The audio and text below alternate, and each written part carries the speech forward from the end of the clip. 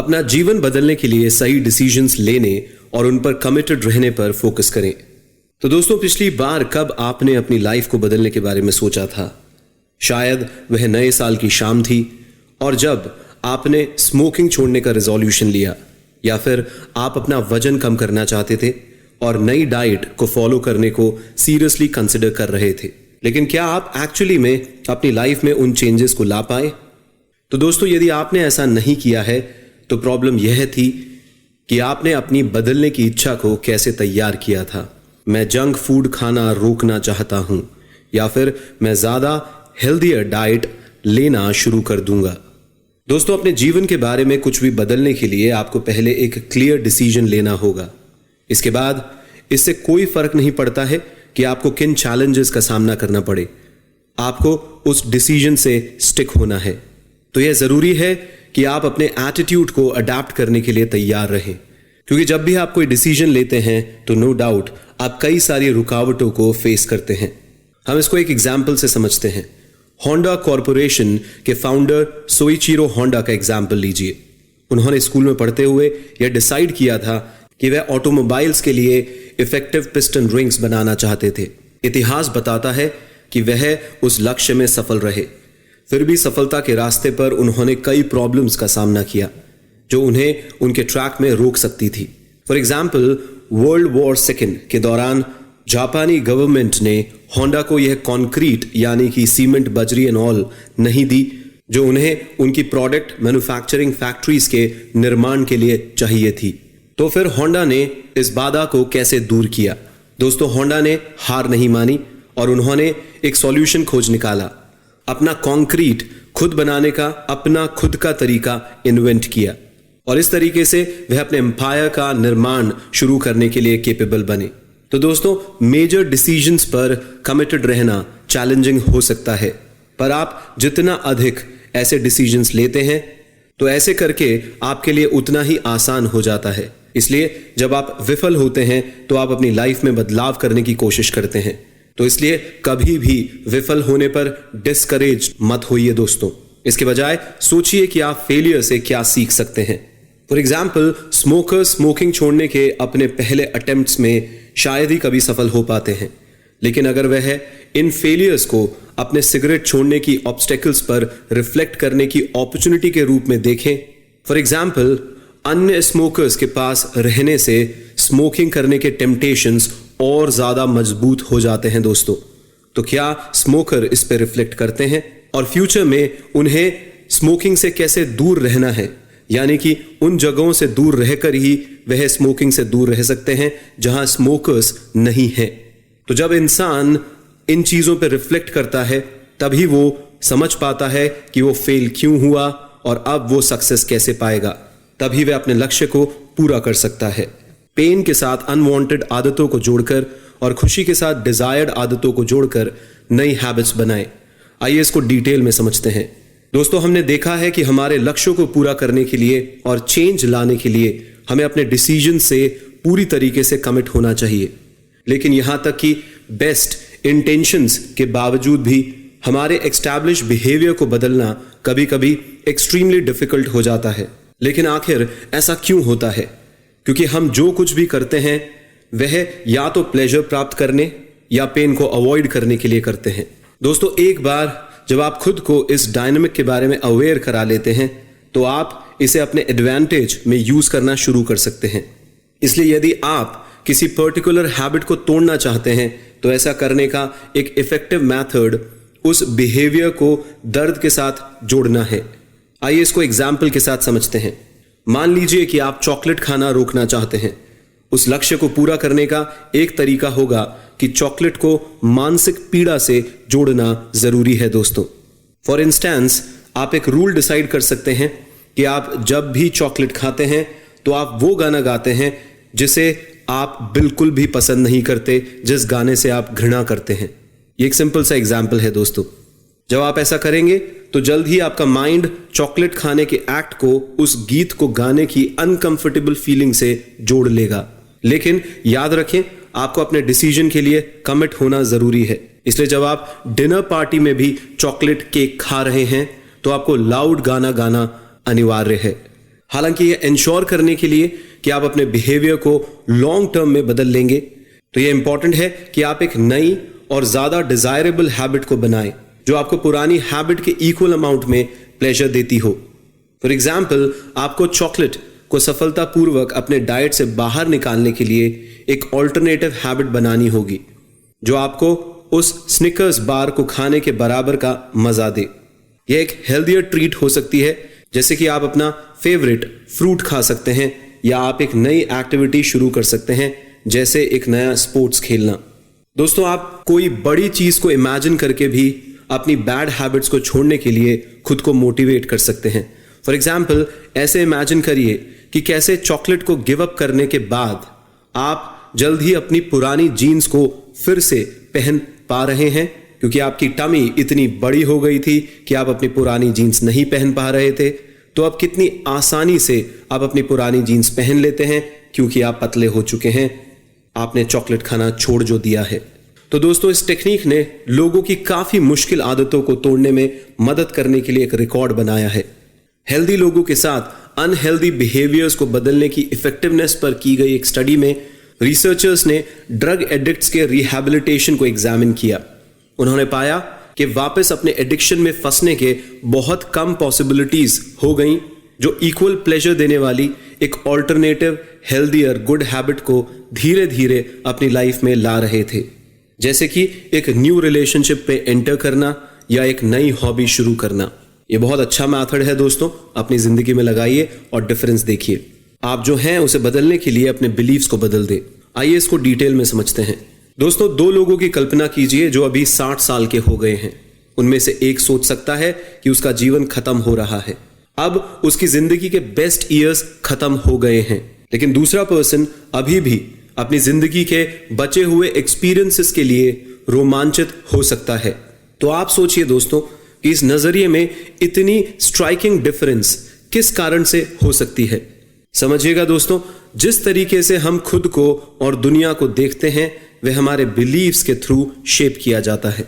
मैं फिर दोहराऊंगा, जिस तरीके से हम खुद को और दुनिया को देखते हैं वह हमारे बिलीव्स के थ्रू शेप किया जाता है। लेकिन एग्जैक्टली एक बिलीफ क्या होती है दोस्तों? बिलीफ एक ऐसा आइडिया है दोस्तों जो एविडेंस से सपोर्टेड होता है। फॉर एग्जाम्पल, आप यह सोच सकते हैं कि आप एक एक्सीलेंट चेस प्लेयर हैं, लेकिन यह आइडिया एक बिलीफ तब बन जाएगा अगर यह कुछ एविडेंसेस के थ्रू सपोर्टेड हो। फॉर एग्जाम्पल, आप चेस में अधिकतर समय जीतते हैं, या फिर बहुत सारे लोग आपके चेस खेलने के तरीके की तारीफ करते हैं। तो दोस्तों, हम में से ज्यादातर लोगों के लिए हमारे जीवन में हुई कोई भी घटना एक रेफरेंस की तरह एक्ट करती है और हमारे बिलीव्स को दर्शाती है।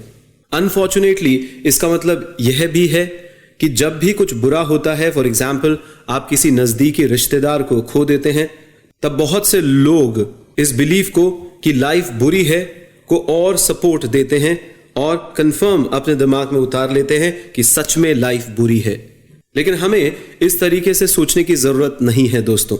यदि हम रेफरेंस को ज्यादा पॉजिटिवली इंटरप्रेट करते हैं तो हम अपनी लाइफ को ज्यादा पॉजिटिव तरीके से डायरेक्ट कर सकते हैं। इसलिए यदि आप दुखी हैं तो आप उस अनुभव को खुद को मजबूत बनाने के लिए एक रिसोर्स के रूप में यूज कर सकते हैं। शायद आप सैडनेस में दूसरों की मदद करने की स्ट्रांग डिजायर रख के अपने दुख भरे पीरियड से उभर पाएंगे। तो rather then in negative situations में एक नेगेटिव बिलीफ सिस्टम और रेफरेंस पॉइंट बनाने के बजाय यदि हम उसको पॉजिटिव तरीके से लेंगे तो हम अपनी जिंदगी में ज्यादा पॉजिटिव बनेंगे। दोस्तों, जैसा कि इससे पता चलता है कि अपनी लाइफ में चेंज लाने के लिए आपको पहले अपने बिलीव्स को बदलना होगा। मेन प्रॉब्लम यह है दोस्तों कि हम में से बहुत लोगों के पहले से ही कुछ स्ट्रांग बिलीव्स होते हैं जो हमें कुछ भी बदलने से रोकते हैं। तो सभी हैबिट्स की तरह हैबिचुअल बिलीव्स को भी तोड़ा जा सकता है। किसी भी अन्य आदत के साथ मौजूदा विश्वास को बदलने के लिए आपको पुरानी बिलीफ के साथ दर्द और नए बिलीफ के साथ आनंद को जोड़ना होगा।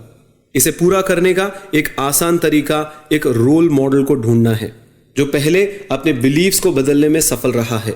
और जब आपको एक रोल मॉडल मिल जाए दोस्तों, तो आप अपने पर्पसेस को भी उसके अंदाज में बदल सकते हैं। अपनी वोकैबुलरी बदलना आपके एटीट्यूड्स और इमोशंस को बदल सकता है। आइए इसको डिटेल में समझते हैं। दोस्तों, क्या आप जानते हैं कि इंग्लिश लैंग्वेज में लगभग 3000 वर्ड्स हैं जो इमोशंस को डिस्क्राइब करते हैं। हालांकि हैरानी की बात है कि पॉजिटिव इमोशंस के कंपैरिजन में नेगेटिव इमोशन के लिए लगभग दुगने शब्द हैं। यह भी एक कारण हो सकता है कि बहुत से लोग नेगेटिव इमोशंस को ज्यादा बार एक्सपीरियंस करते हैं। इसलिए इंपॉर्टेंट है कि आप अपने डेली लाइफ में यूज किए जाने वाले शब्दों पर क्लोज अटेंशन दें, क्योंकि वह आपकी थिंकिंग और परसेप्शन को शेप देता है। किसी भी सिचुएशन के बारे में अलग तरीके से सोचने के लिए आपको इसे अलग तरीके से डिस्क्राइब करने की जरूरत है। इमेजिन कीजिए कि आप एक रोड ट्रिप पर हैं और आपकी कार कहीं बीच में खराब हो जाती है।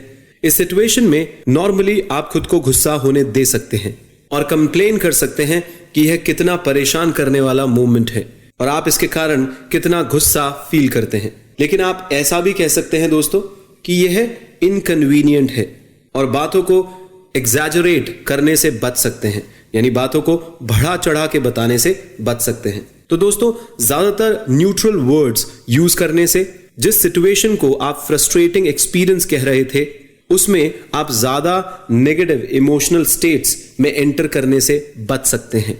तो आइए एक एग्जाम्पल से इसको समझते हैं। ऑथर के द्वारा बताई गई ट्रांसफॉर्मेशनल वोकैबुलरी से एक एग्जाम्पल लेते हैं कि जिन शब्दों को हम अपनी दुनिया में हमारे अनुभव के रूप में समझते हैं, एक्चुअली में हम उस एक्सपीरियंस को डिफाइन करते हैं। तो आप अपनी वोकैबुलरी को ऐसे तरीके से कैसे बदल सकते हैं जिससे आप अपने इमोशंस को मैनेज कर सकते हैं। आइए इसको समझते हैं। दोस्तों, इसका सीक्रेट है पॉजिटिव इमोशंस के लिए स्ट्रॉन्ग वर्ड्स यूज करना और नेगेटिव इमोशंस के लिए हल्के या न्यूट्रल वर्ड्स को यूज करना। फॉर एग्जाम्पल, यह कहने के बजाय कि आप खुश हैं, आप स्ट्रॉन्गर डिस्क्रिप्शन का यूज कर सकते हैं, टोटली ब्लिस्ड। और दूसरी तरफ, यदि आप अत्यंत नेगेटिव भावनाओं के अनुभवों की कागार पर हैं तो आपको ऐसे शब्दों और फ्रेजेस के साथ अपने अनुभवों को डिस्क्राइब करना चाहिए जो हल्के हों। जैसे कि मैं बहुत चिंतित हूं के बजाय आप कह सकते हैं कि मैं थोड़ा चिंतित हूं। तो एक फाइनल टिप यह है दोस्तों कि नेगेटिव इमोशंस को एक्सप्रेस करने के लिए अनयूजुअल वर्ड्स का यूज करने की कोशिश करें। ऐसा करने से यह आपको अम्यूज करेंगे और इंस्टेंटली आपके मूड को लिफ्ट कर देंगे और इससे आपके आसपास के लोग भी आपसे खुश रहेंगे। फॉर एग्जाम्पल, जब आप बेहद नाराज हो जाते हैं तो आप कह सकते हैं, मुझे कहना चाहिए मुझे काफी पीव्ड फील हो रहा है। दोस्तों, ये पीव्ड वर्ड एक अनकॉमन वर्ड है, एक पुराना और एक पोलाइट शब्द है जो एंशियसनेस को दर्शाता है। तो ऐसे शब्दों का उपयोग करके आप जल्द ही इंप्रूव्ड इमोशंस को फील कर सकते हैं। ट्राई करके देखिएगा। किसी भी प्रॉब्लम का सबसे बेस्ट सॉल्यूशन खोजने के लिए सही क्वेश्चंस पूछें। आइए इसको डिटेल में समझते हैं। जैसा कि आपने सीखा दोस्तों, अपनी लाइफ को बदलने के लिए आपको अपने सोचने का तरीका बदलना होगा। अब थोड़ा और डीपली जानेंगे कि एग्जैक्टली सोच होती क्या है। दोस्तों, बुनियादी शब्दों में हमारे थॉट्स, क्वेश्चंस और आंसर्स की एक सीरीज होते हैं। इस तरीके से हम जो क्वेश्चंस पूछते हैं वे हमारी सोच को दर्शाते हैं। इसका मतलब है कि हमारी लाइफ के एक्सपीरियंस के लिए यह क्वेश्चंस जरूरी हैं। तो दोस्तों, हमारे सवालों की क्वालिटी हमारी लाइफ की क्वालिटी पर मैसिव इंपैक्ट डालती है। हर बार जब आप कोई क्वेश्चन पूछते हैं तो इसकी क्वालिटी आपके थॉट्स का फोकस डिटरमाइन करती है। अगर आप एक नेगेटिव क्वेश्चन पूछते हैं तो आपको एक नेगेटिव आंसर मिलेगा। वहीं अगर आप एक पॉजिटिव क्वेश्चन पूछेंगे तो आपको एक पॉजिटिव आंसर मिलेगा। फॉर एग्जाम्पल, यदि आप खुद से यह सवाल पूछते हैं कि यह मेरे साथ हमेशा क्यों होता है और बार बार खुद को एक अनप्लेजेंट सिचुएशन में देखते हैं तो यह आपके थॉट्स को इंस्टेंटली लाइफ के फेलियर्स पर फोकस कर देगा। इसके कारण आपका मूड खराब हो जाएगा और आपकी लाइफ के एक्सपीरियंसेस नेगेटिविटी से भर जाएंगे दोस्तों। इसलिए यह इंपॉर्टेंट है कि जब भी आप किसी लाइफ प्रॉब्लम को फेस करते हैं तो आप खुद से सही सवाल पूछें। पर दोस्तों, हम जानते हैं कि it is easier said than done, यानी ऐसा कहना आसान है पर करना थोड़ा मुश्किल है। दोस्तों, हम डिफिकल्ट सिचुएशन में ओवरवेल्म्ड फील करते हैं, इसलिए हम अक्सर गलत क्वेश्चन पूछते हैं। फॉर एग्जाम्पल, मैं ही क्यों, और फिर हम इस क्वेश्चन के मिलने वाले जवाबों से निराश हो जाते हैं। तो इसका सीधा सा समाधान है, पहले से ही क्वेश्चंस की एक लिस्ट बनाना चालू कर दे। इस तरीके से क्वेश्चंस पूछने की आदत बनाइए। इस सिचुएशन के बारे में क्या अच्छा है और इस प्रॉब्लम को सॉल्व करने के प्रोसेस को एंजॉय करने के लिए मैं क्या कर सकता हूं। तो जब इस तरीके के क्वेश्चंस की आपके पास एक लिस्ट होगी तो निश्चित ही आप पहले से प्रिपेयर्ड होंगे कि आपको डिफिकल्ट सिचुएशन में किस तरीके के क्वेश्चंस पूछने चाहिए। ऐसा करके देखिए दोस्तों, ये बहुत अच्छा तरीका है। तो दोस्तों, इस तरीके के क्वेश्चन पूछने से आपका मूड तो अच्छा होगा ही और आप एक इफेक्टिव सॉल्यूशन तक भी पहुंच जाएंगे, या कम से कम सिचुएशन के साथ बेहतर सामंजस्य तो बना ही लेंगे दोस्तों। तो दोस्तों, यदि आप सच में अपनी लाइफ के प्रति जनरल पॉजिटिव एटीट्यूड बनाना चाहते हैं तो आप इस ट्रेनिंग को और भी आगे बढ़ा सकते हैं और आप हर सुबह अपने आप से सवाल पूछ सकते हैं जो आपको एम्पावर करते हैं। फॉर एग्जाम्पल, आप सुबह उठते ही अपने आप से पूछ सकते हैं कि मेरी लाइफ के बारे में क्या जबरदस्त है, या फिर कौन से अकम्पलिशमेंट पर मुझे प्राउड है जो मैंने अपनी जिंदगी में अचीव किए हैं। तो हर दिन की शुरुआत में ग्रेट मूड में लाकर आप धीरे धीरे उस पॉजिटिव स्टेट को आसानी से पा लेंगे, जिसके कारण एक बेटर और ज्यादा सक्सेसफुल लाइफ आपको मिल सकती है। यह पता लगाने के लिए कि क्या आप अपने फुल पोटेंशियल तक अपनी जिंदगी जी रहे हैं, इसके लिए खुद की लाइफ वैल्यूज की खोज करें।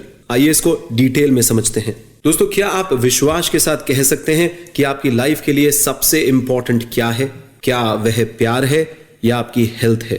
यदि आप श्योर नहीं हैं तो आपको यह जानने की कोशिश करनी चाहिए कि सबसे सक्सेसफुल, सबसे हैप्पीएस्ट लोग वही हैं जो खुद की वैल्यूज को समझते हैं और उनके अनुसार अपनी लाइफ जीते हैं दोस्तों।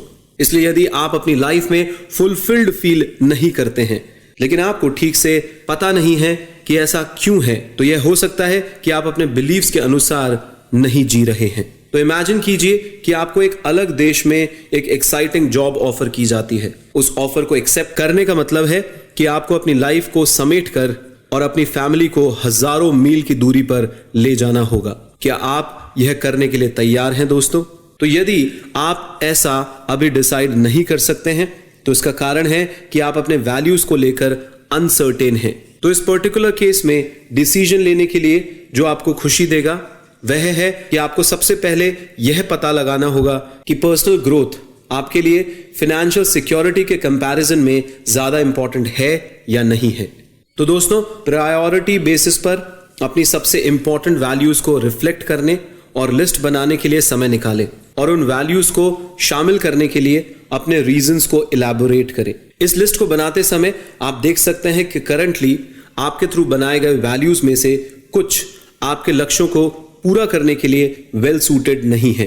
दोस्तों, हो सकता है कि आपकी लाइफ में अल्टीमेट वैल्यू पैशन हो। जो भी आप करते हैं आप उसे बहुत पैशन के साथ करना चाहते हैं, लेकिन जैसे ही आप अपने वैल्यूज और गोल्स के अलाइनमेंट को रिफ्लेक्ट करते हैं आप फील कर सकते हैं कि पैशन के साथ सब कुछ पाने की होड़ में आपकी हेल्थ सफर करती है और यह एक अनसूटेबल वैल्यू है, क्योंकि यदि आप अनहेल्दी हैं तो आप पैशन के साथ कुछ भी नहीं कर पाएंगे दोस्तों।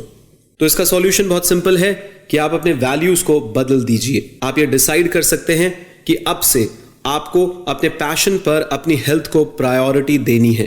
हेल्थ को पहले डालकर आप ड्रॉबैक्स के बिना पैशनेट बने रह सकते हैं। उन लाइफ रूल्स के साथ जियो जो आपको खुश करते हैं और दूसरों को उनके बारे में बताएं। आइए इसको डिटेल में समझते हैं दोस्तों। हम सभी के रूल्स हैं जो हम अपनी लाइफ में फॉलो करते हैं। यह रूल्स जैसे कि मुझे तब खुशी होगी जब मुझे एक स्निकर्स खाने के लिए मिल जाएगी। हमारे एक्शन और हमारी फीलिंग्स को डिटरमाइन करने में एक बड़ा पार्ट प्ले करते हैं हमारे रूल्स, क्योंकि वह यह डिसाइड करते हैं कि क्या हमें खुशी देगा और क्या हमसे खुशी छीन लेगा या क्या चीज हमें खुशी नहीं देगा। हालांकि ऐसे रूल्स एक्चुअली में हमारे एक्सपीरियंसेस को लिमिट कर सकते हैं और हमें सच्ची खुशी अचीव करने से रोक सकते हैं। तो दोस्तों, एक मोमेंट के लिए अपने बारे में सोचें। खुश होने के लिए आपको क्या करना चाहिए? क्या आपको लॉटरी जीतने की जरूरत है?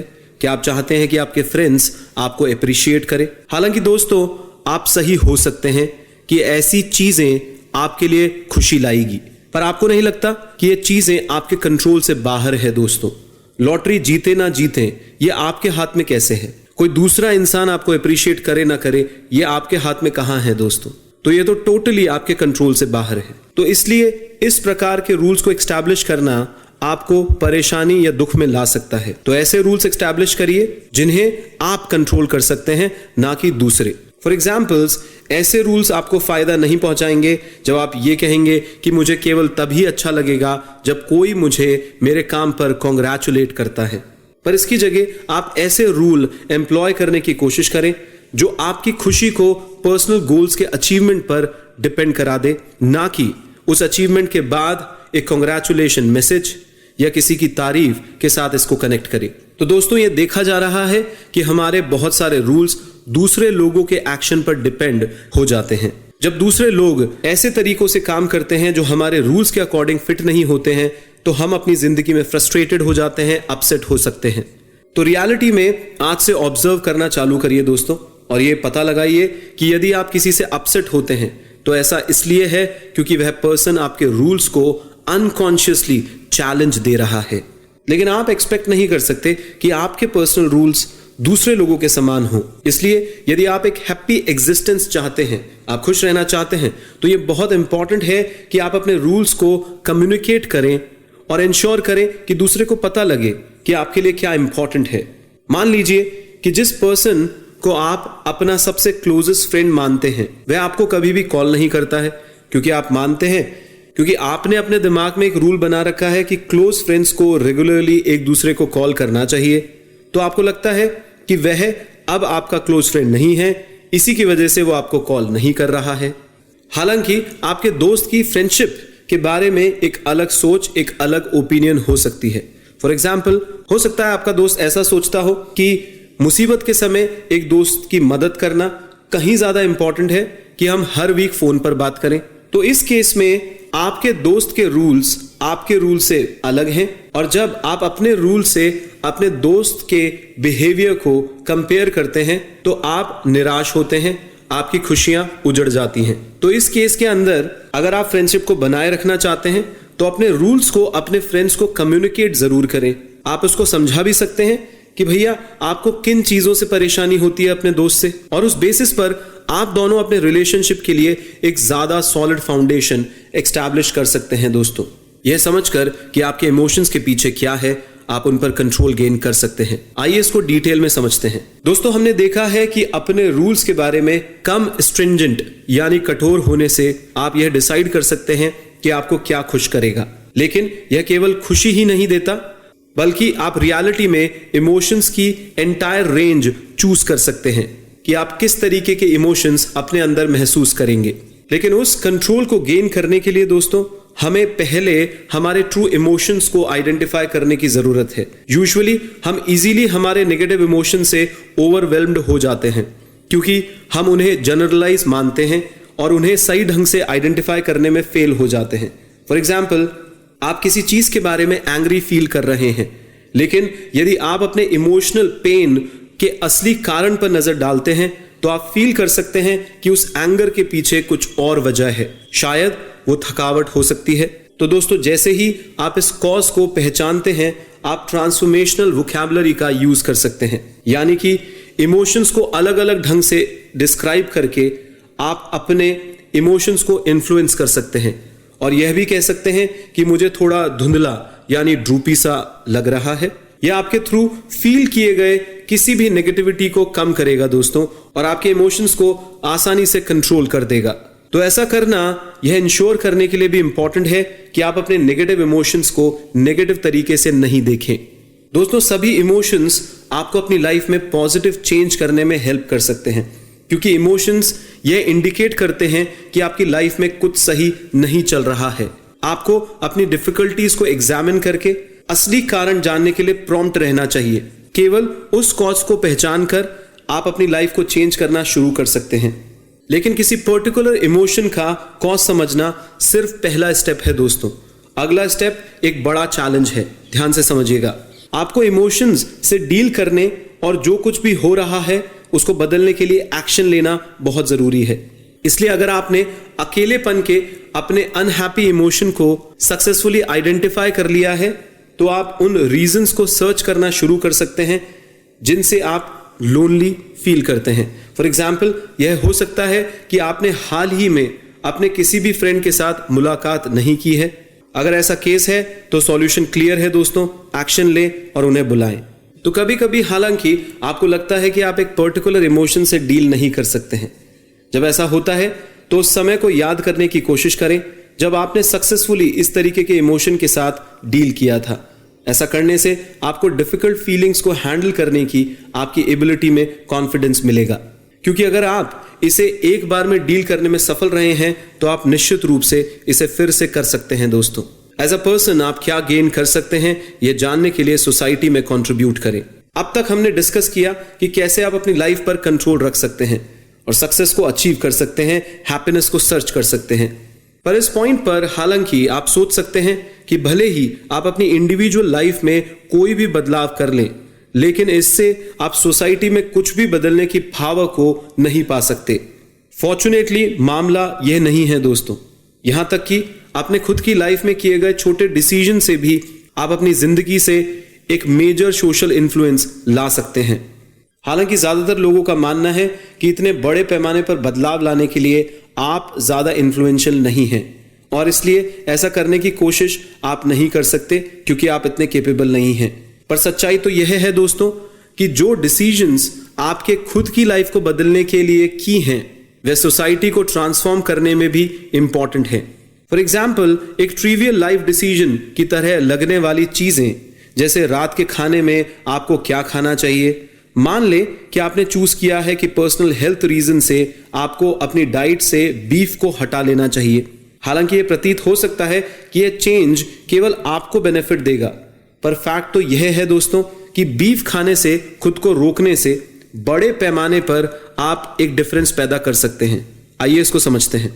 फॉर एग्जाम्पल, 250 पाउंड बीफ का प्रोडक्शन करने के लिए कई एकड़ जमीन की जरूरत होती है, जिस पर 40,000 पाउंड आलू उगाए जा सकते हैं दोस्तों।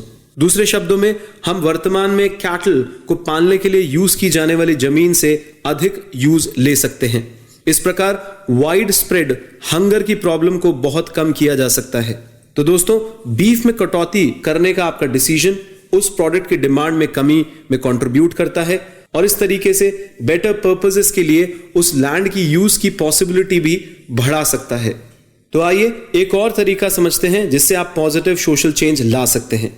तो दोस्तों, अब जब आपने सीखा है कि कैसे अपने इमोशंस पर कंट्रोल और उन्हें रिफ्लेक्ट किया जाए, तो आप दूसरों को उनके इमोशंस को कंट्रोल करने में भी हेल्प कर सकते हैं। इमेजिन कीजिए कि आप किराने की दुकान पर हैं और आप एक साथी दुकानदार को नोटिस कर रहे हैं जो बहुत दुखी दिखाई दे रहा है। तो दोस्तों, ऐसे केस में सिर्फ अपने खुद के बिजनेस को ध्यान में मत रखिए, बल्कि आप उस दुकानदार को एक जेन्युइन कॉम्प्लीमेंट दे सकते हैं। कोई भी कॉम्प्लीमेंट जो आपको जेन्युइन लगता है, रिलेवेंट लगता है। फॉर एग्जाम्पल, शायद आप दुकानदार को यह बता सकते हैं कि जो वो वाइड रेंज के एग्स अपनी दुकान में रखता है, उसकी इस बात को आप बहुत एडमायर करते हैं।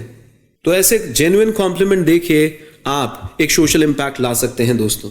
और शायद आप लोगों से मिलकर जब मुस्कुराते हैं तो यह भी एक चांस है कि आप लोगों का मूड लिफ्ट कर सकते हैं, जिससे वह दूसरों के साथ भी मुस्कुराकर बात करेंगे। आफ्टर ऑल, हम सब जानते हैं कि स्माइल इज कंटेजियस। तो दोस्तों, अंतिम सारांश में मैं इस किताब का मुख्य मैसेज आपके सामने फिर से दोहराता हूं। आपके छोटे डिसीजंस और आपके बिहेवियर में होने वाले चेंजेस से आप अपनी लाइफ और जनरल सोसाइटी पर बहुत इन्फ्लुएंस ला सकते हैं। बहुत ही अमेजिंग किताब है दोस्तों, awakening the giant with in. मेरी शुभकामनाएं आपके साथ है। धन्यवाद।